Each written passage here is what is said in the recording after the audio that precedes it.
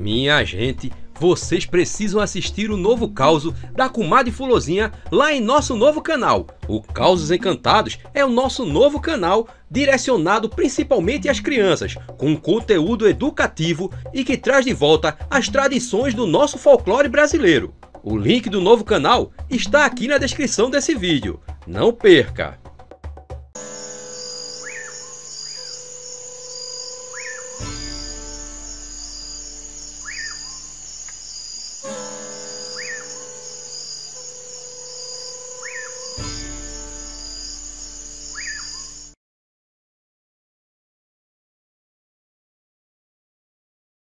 O que aconteceu no sítio Igaraçu, lá em Palmares, até hoje assombra aqueles que ousam contar essa história. Isso porque mais de um, naquela noite, viveu uma coisa que jamais esqueceu. Porém, nenhum deles foi pior do que o que aconteceu com Alcides e sua família. Uma noite de horror. O sítio Igaraçu ficava nas terras do Engenho Moura, lá em Palmares. Engenho esse que no passado foi um grande produtor de açúcar e álcool. Mas com o passar do tempo, as usinas foram avançando e como o Engenho Moura permaneceu no modo antigo, acabou ficando para trás. Alcides Moura era descendente do senhor daquele antigo engenho, que ali agora era apenas o nome das terras, pois engenho nenhum mais existia. Alcides morava no sítio Igaraçu, nome dado ainda por seu pai, que era neto direto do senhor do antigo engenho. O homem não mais ostentava a riqueza de seus antepassados, mas agora vivia do que a terra produzia. A casa grande fora derrubada pelos herdeiros, em busca de tesouros e botijas que pudessem estar escondidos. Fora a mobília, que foi vendida a preço de banana pelos gananciosos. A Alcides restou apenas as terras do sítio Igaraçu, que ficaram como herança para seu pai. O resto ou era mata bruta ou foi vendido. Alcides era um bom roceiro e junto com a mulher e o filho iam levando a vida conforme Deus mandava. Aquela noite de horror começou com muita gente avistando uma coisa estranha nas matas do Engenho Moura. Era um negócio parecido com as tochas de fogo, que subia e depois dava uma volta pela mata, sumindo em seguida. Tinha pelo menos duas luzes fazendo aquele movimento. Por aqui, o povo costuma chamar esse tipo de aparição de fogo corredor, um tipo de abusão bem comum nessas bandas. Mas aquilo não parecia ser assombração, era coisa muito grande, mesmo porque era fácil de se ver, estando muito distante. Era um negócio feito uma luz. Muita gente nos arredores do Engenho Moura viu e achou estranho o tamanho. Mesmo assim, julgaram que fosse mesmo o tal fogo corredor, que é geralmente a alma penada de quem comete pecado da carne. Alcides e sua família tinham acabado de jantar. O que sobrou da comida ainda estava quente no velho fogão a lenha. O homem se preparava para dormir cedo, como é costume de quem vive da terra. Até ali, Alcides não tinha se dado conta das estranhas luzes que sobrevoavam as matas e subiam no alto com rapidez.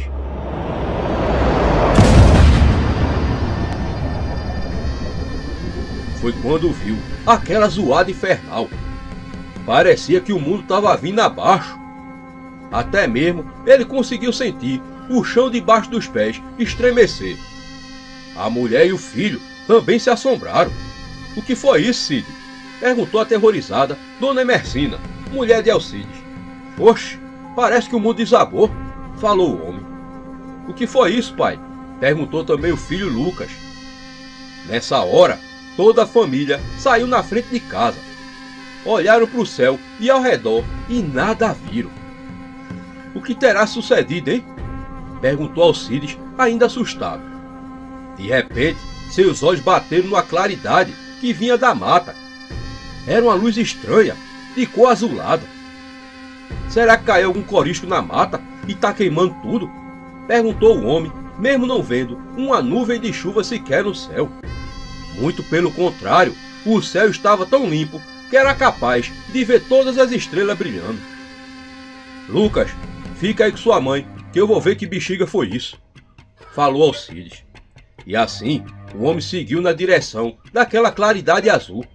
Ali naquela região não morava ninguém e nem mesmo era terreno bom para construir uma casa.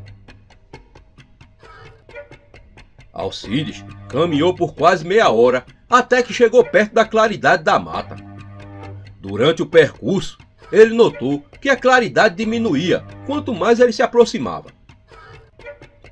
Foi quando viu a fonte daquela luz, uma chama enorme, azulada, do tamanho de uma casa.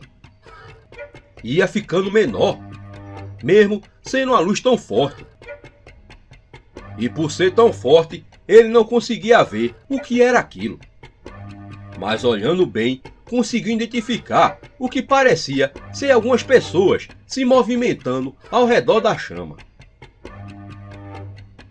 No local, sentiu um cheiro forte de coisa queimada, mas não viu nenhum sinal de fumaça. Tudo era clareado pela luz azulada.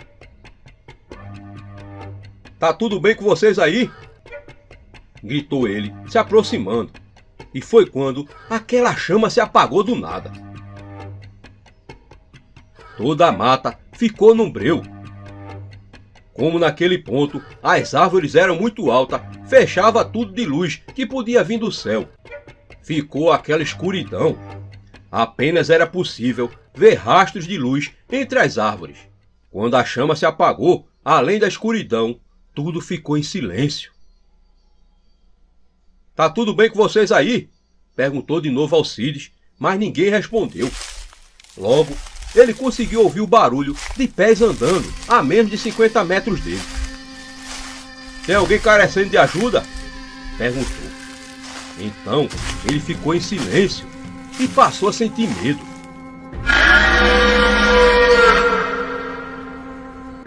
De repente, ouviu aquele som tenebroso ecoando por toda a mata. O que era aquilo? Se perguntou ele, se arrepiando todinho.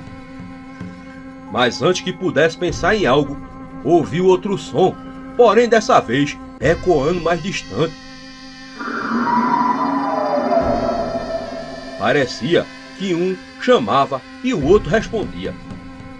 Naquela hora, Alcides lamentou não ter levado sua espingarda. Não pensou duas vezes e começou a correr de volta. O terror tomou conta dele quando ouviu, logo atrás de si, aquele som infernal de novo. O tempo que tinha levado para ir até o local do clarão levou metade na volta para chegar em casa. Entrou e nem disse nada à mulher e o filho, que não parava de perguntar o que tinha lhe acontecido. Pegou a espingarda e ouviu lá de fora, bem perto, o som tenebroso de novo. "Tem alguma coisa estranha aí na mata, mulher", disse ele na porta da casa. A esposa e o filho ficaram curiosos, na espera de qualquer informação. Os dois também tinham escutado aquele som terrível. Então veio de novo, mas dessa vez do lado da casa. E do outro lado, outro som respondeu. Quando Alcides pensou que fosse apenas dois, ouviu outro vindo, dessa vez de frente da casa. Era um som macabro e assustador, que não lembrava nada que ele conhecesse. Eram três criaturas, ou quem sabe lá o que cercavam a casa de Alcides. De repente, em frente da casa deles, surgiu aquele ser enorme que parecia uma pessoa, mas não era. Tinha dois olhos negros, aterrorizantes, e uma pele cinzenta quase branca. O homem então disparou, mas o tiro não acertou o ser. A criatura parou de caminhar, já que vinha na direção da casa deles. Alcides gritou para a mulher e para o filho entrarem e disparou mais uma vez. Com todos dentro da casa, ele trancou a porta. A mulher e o filho choravam aterrorizados com o que tinha acabado de ver. Que diabos era aquilo? se perguntava.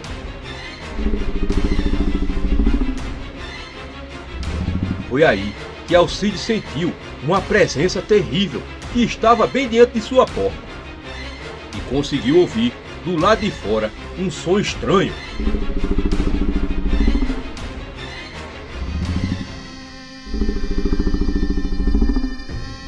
Aquele ser estava diante de sua porta. Podia sentir sua presença maligna. O homem disparou outra vez. O tiro fez um furo na porta, mas não sabia se tinha acertado a criatura. Foi quando ouviu um som macabro de novo, dessa vez vindo de bem longe. E o ser que estava à sua porta respondeu. E logo depois, mais outro, seguido de outro. Alcides ouviu o som das passadas se distanciando e ficou escondido com a esposa e o filho, apenas aguardando. Ainda chegou a ouvir uma última vez aquele som macabro. Pela manhã, os vizinhos não falavam de outra coisa, senão aquele enorme estrondo que tinha tremido até o chão. O máximo que tinham visto foi só o clarão que vinha lá de perto do sítio Igaraçu. Isso e as luzes estranhas que desciam e subiam na mata do Engenho Moura. Alcides contou sua desventura macabra e muita gente acreditou. Foi quando viu pela primeira vez falar dos tais seres do espaço, os chamados extraterrestres. E pelo que lhe contaram as descrições, batiam certinho com o que ele tinha visto. Alcides chegou a levar alguns amigos até o local do clarão na mata, mas nenhum sinal de estranho perceberam por ali. Parecia que nada tinha acontecido. A única prova estava na porta de sua casa, com o furo que ele tinha feito com o tiro da espingarda. Alcides tinha sido visitado por seres de um outro mundo, e ele e sua família escaparam para contar essa história.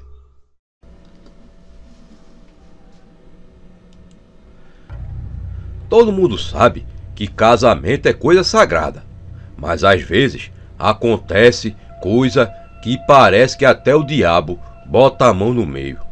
Hoje eu vou contar duas histórias mal assombradas que se sucedeu por aqui por perto. Aqui mesmo, em Escada, onde teve essa história que quando eu conto eu me arrepio. É a história da noiva assombrada do Alambique de Damião Ferreira. Seu Damião era um grande fabricador de cachaça da região e dono de umas terras perto do Engenho Liberdade. Seu Alambique era considerado por muitos o que fazia a melhor cachaça. Porém, para trabalhar lá, tinha que saber que o serviço era pesado. Seu Damião gostava de tudo sendo feito no certo. Tinha que andar na linha, feito militar.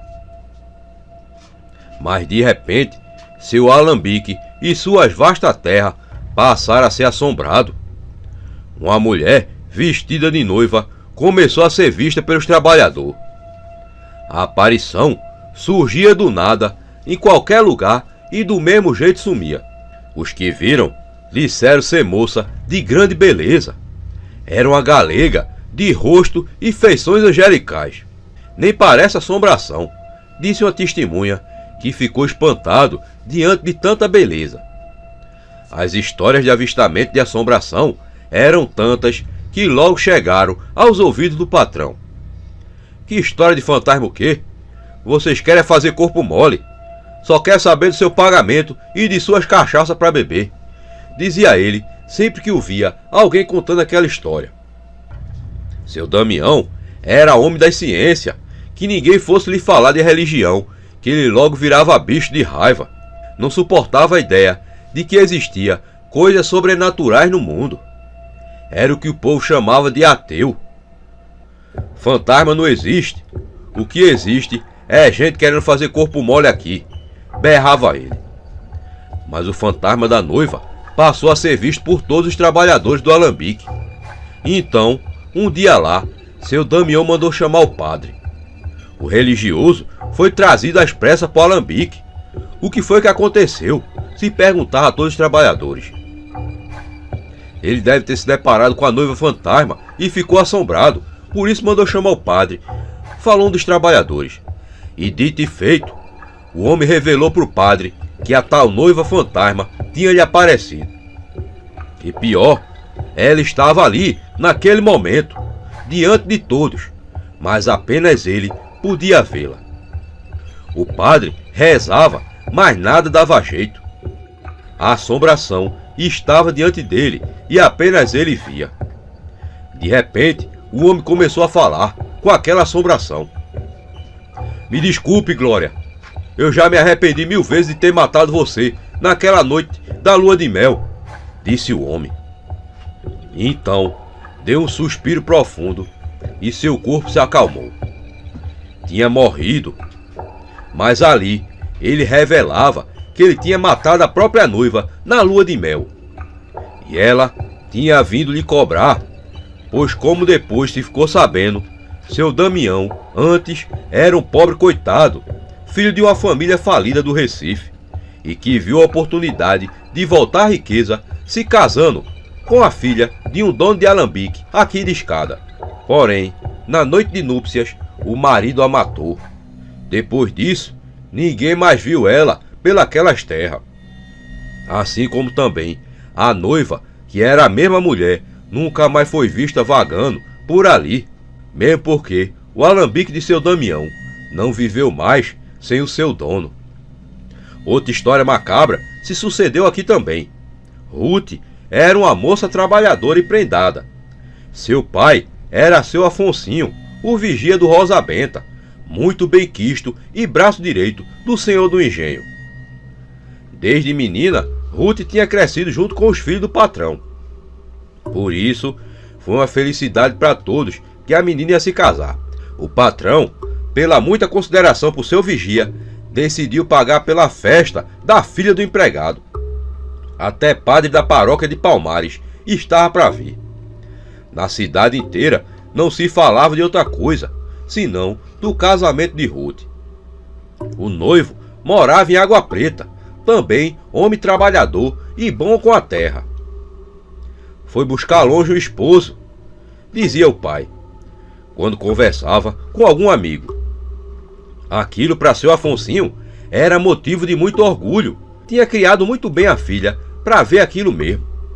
Ruth tinha se tornado uma mulher de respeito e trabalhadora.